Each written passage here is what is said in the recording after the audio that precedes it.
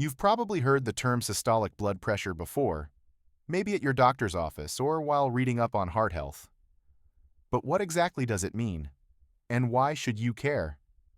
Well, understanding this number isn't just about memorizing a few figures.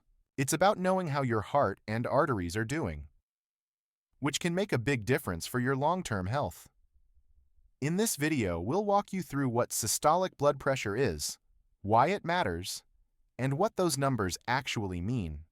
But before we dive into systolic blood pressure, it's important to first understand blood pressure as a whole and why it's so crucial for your overall well-being. Your heart is responsible for supplying blood to every organ and tissue in your body. With each beat, it pumps blood into the large vessels of your circulatory system, mainly the aorta and pulmonary artery, the major arteries that carry blood to the rest of your body. This pumping action creates pressure against the walls of your blood vessels, and that pressure is what we measure as blood pressure. Blood pressure readings come as two numbers. The first number is your systolic blood pressure. It measures the pressure your blood is pushing against your artery walls when the heart beats. The second number is your diastolic blood pressure. It measures the pressure your blood is pushing against your artery walls while the heart muscle rests between beats. These systolic and diastolic numbers are measured in millimeters of mercury, abbreviated as mmHg. Typically, more attention is given to the higher number, the systolic reading, because it's a major risk factor for cardiovascular disease, especially in people over 50. But keep in mind, either an elevated systolic or diastolic number can be used to diagnose high blood pressure.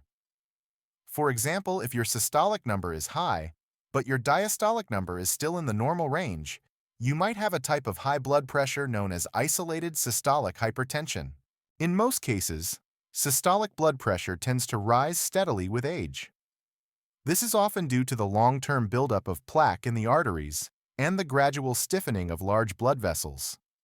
Studies have shown that in people between 40 and 89, every 20-point increase in systolic blood pressure doubles the risk of death from ischemic heart disease and stroke. But it's not just a concern for older adults.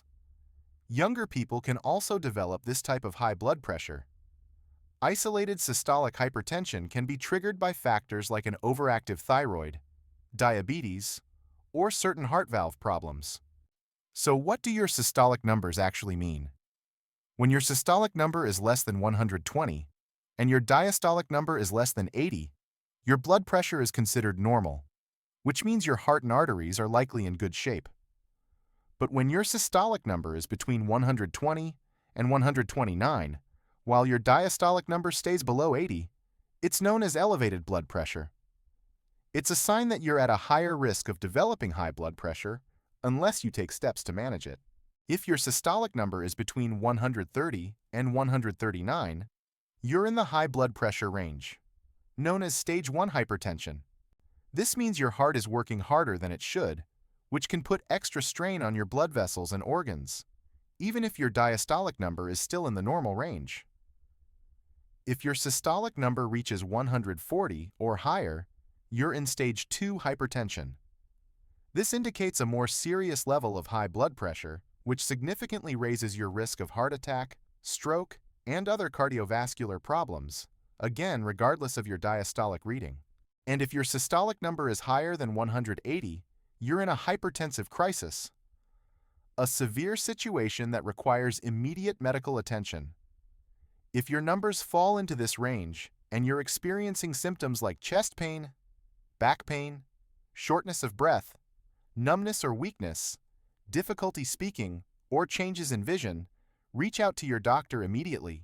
Keeping an eye on your systolic number is key to maintaining a healthy heart and preventing long-term complications.